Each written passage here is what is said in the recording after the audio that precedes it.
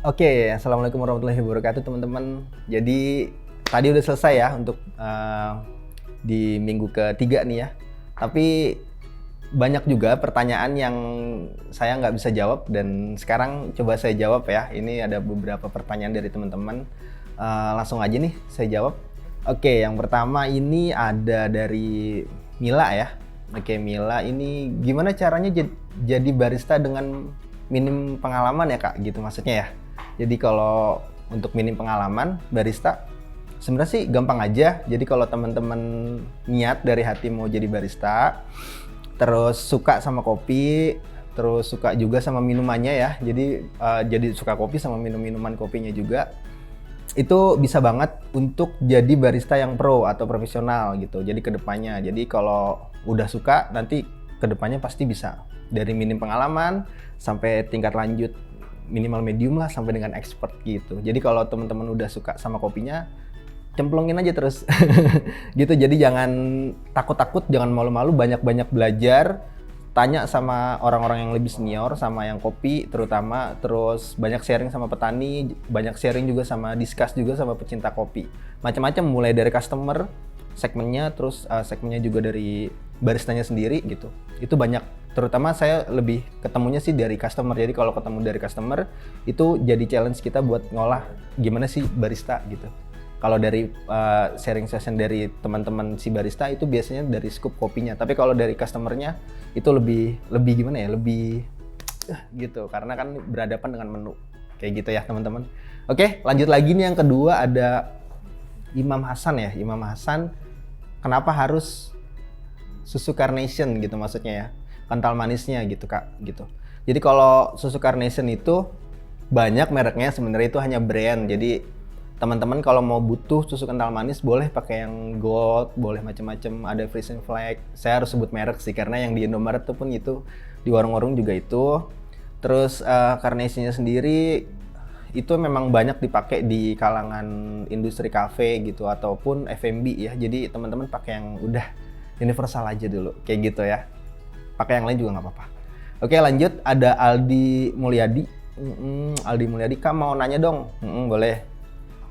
Kenapa kalau pakai fan press suka tebel banget sih foamnya gitu? Ya tadi nyambung yang tadi ya, saya juga udah jawab tadi di session kita ya. Itu karena bolong-bolongan yang kecil dari si fan press sendiri atau lobangan udara. Jadi kan kalau di tekanannya itu sendiri itu lebih kecil-kecil, terus tingkatan suhunya juga makin turun dan kita dipaksa untuk makin cepet gitu. Jadi kalau di bawahnya udah full off gitu, terus ditekan kan muncrat gitu ya, itu makin cepat biasa tekanannya. Jadi hukum fisikanya tuh ada gitu. Jadi lebih bagus di steam yang asli atau pakai alat atau pakai mesin kayak gitu. Kalau itu makanya pelan-pelan aja.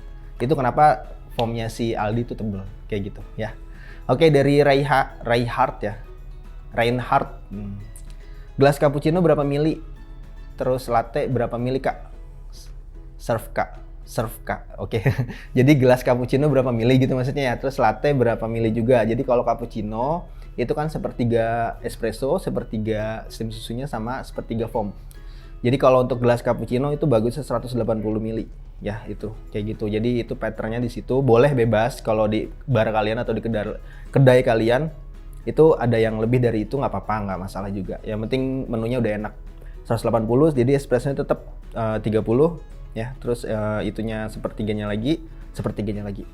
Kita harus kalibrasi sebenarnya. Terus kalau untuk latte berapa mili? Latte itu double shot, jadi double shot espresso, jadi ada 60 mili. Terus susunya itu sekitar 150 aja ya untuk latte ya, foamnya. Berarti kalau 60 berarti 150 kurang 60 kayak gitu. Jadi sekitar 90. Jadi sisanya itu steam susu dan foam kayak gitu, dan foamnya itu cukup tipis gitu. Jadi jangan tebel-tebel ya. Itu aja. Dan servingnya juga beda. Tinggal servingnya atasnya mungkin kalian kasih cinnamon sama minggu kedua yang saya udah kasih tahu, sama kasihnya atau kasih cookies kalau untuk si latte biasanya sampingnya kayak gitu-gitu ya. Terus ada Tama, Kak mesti pakai fan press. Kak mesti pakai fan press ngaduk susunya nggak gitu ya maksudnya. Ngeduk susunya ya, mungkin dia typo gitu ya. Typing sorry. Kak mesti pakai fan press ngaduknya susunya nggak? Ya nggak mesti itu juga. Jadi kalau Tama di rumah ada alat steam yang lain ya, misalnya pakai mesin Yang pakai kompor kan ada tuh alatnya, Probat juga sama. Terus ada dari yang Surabaya juga bikin juga tuh alat di Indonesia itu buat steam susu juga pakai kompor, bebas. Terus kalau mau pakai kocok juga nggak apa-apa gitu. Jadi kocokan pakai telur yang tadi saya bawa itu juga pakai bisa ya, kayak gitu teman-teman. Jadi nggak harus pakai pan press. Itu hanya alat membantu aja, kayak gitu teman-teman. Oke, itu ya mungkin cukup nih 5 pertanyaan nih saya udah jawab. Terima kasih. Sampai ketemu minggu depan.